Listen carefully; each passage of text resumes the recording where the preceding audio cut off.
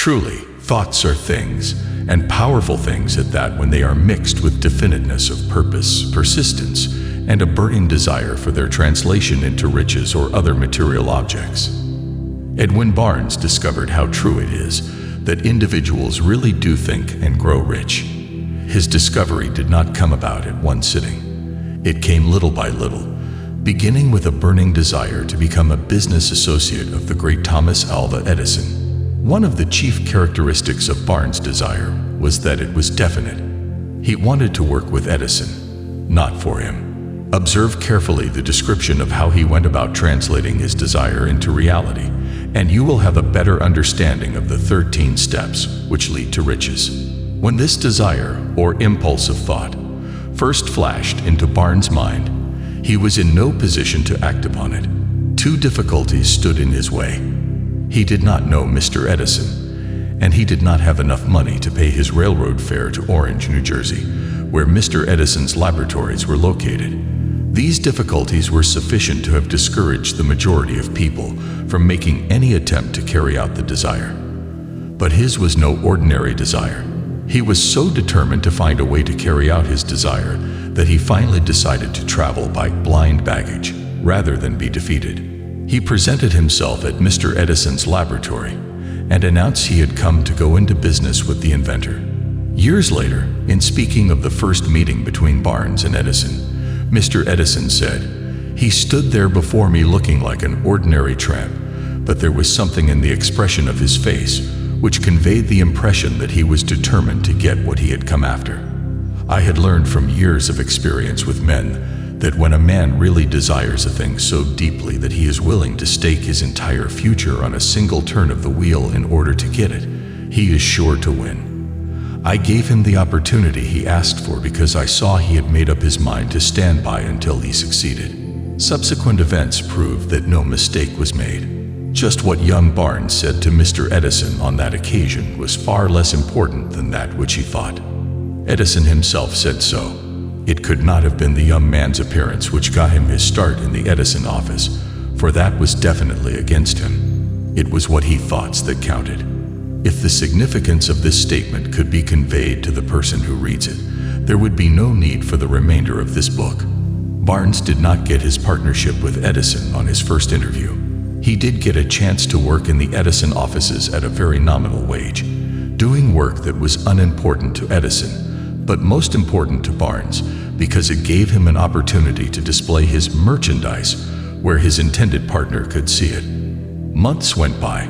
Apparently nothing happened to bring the coveted goal which Barnes had set up in his mind as his definite major purpose, but something important was happening in Barnes' mind.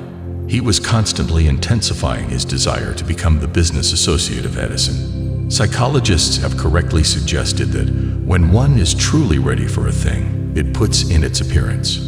Barnes was ready for a business association with Edison. Moreover, he was determined to remain ready until he got that which he was seeking. He did not say to himself, "Ah well, what's the use? I guess I'll change my mind and try for a sales job."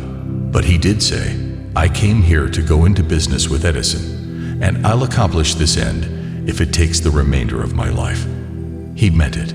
What a different story people would have to tell if only they would adopt a definite purpose and stand by that purpose until it had time to become an all-consuming obsession. Maybe young Barnes did not know it at the time, but his bulldog determination, his persistence in standing back of a single desire, was destined to mow down all opposition and bring him the opportunity he was seeking. When the opportunity came, it appeared in a different form and from a different direction than Barnes had expected.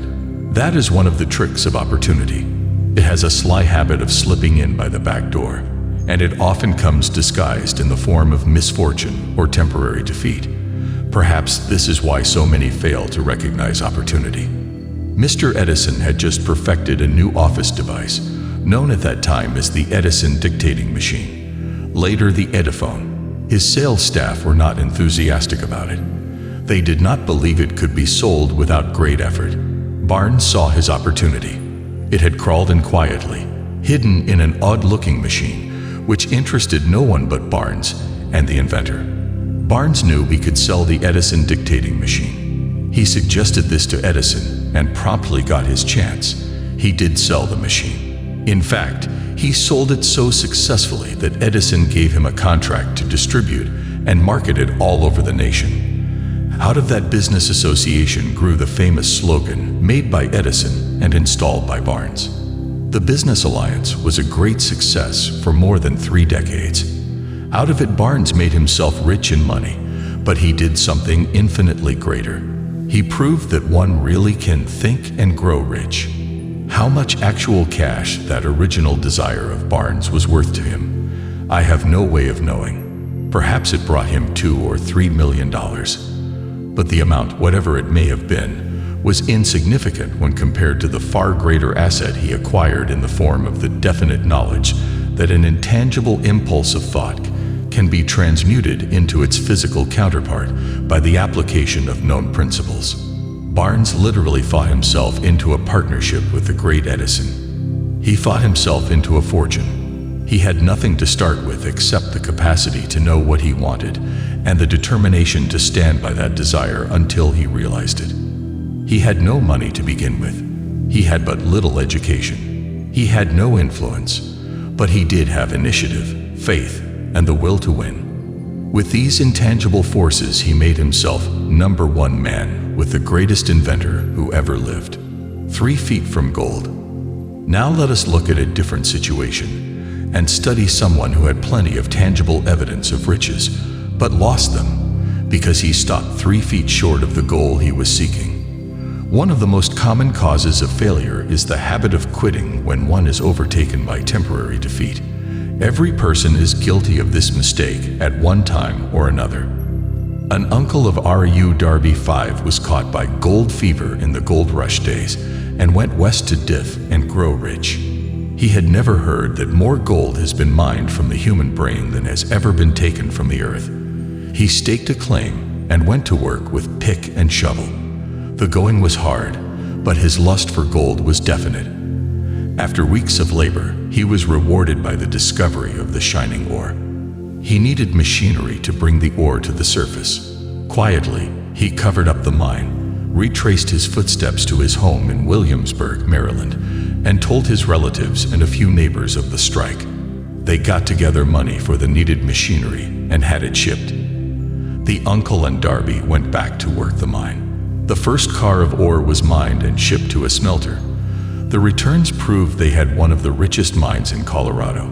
A few more cars of that ore would clear the debts. Then would come the big killing in profits. Down went the drills. Up went the hopes of Darby and Uncle. Then something happened. The vein of gold ore disappeared. They had come to the end of the rainbow, and the pot of gold was no longer there. They drilled on, desperately trying to pick up the vein again, all to no avail. Finally, they decided to quit. They sold the machinery to a junkman for a few $100s and took the train back home. Some junkmen are dumb, but not this one. He called in a mining engineer to look at the mine and do a little calculating. The engineer advised that the project had failed because the owners were not familiar with fault lines. His calculations showed that the vein would be found just 3 feet from where the Darbys had stopped drilling. That is exactly where it was found. The junkman took millions of dollars in ore from the mine because he knew enough to seek expert counsel before giving up. Most of the money which went into the machinery was procured through the efforts of R.U. Darby, who was then a very young man. The money came from his relatives and neighbors because of their faith in him. He paid back every dollar of it, although he was years in doing so.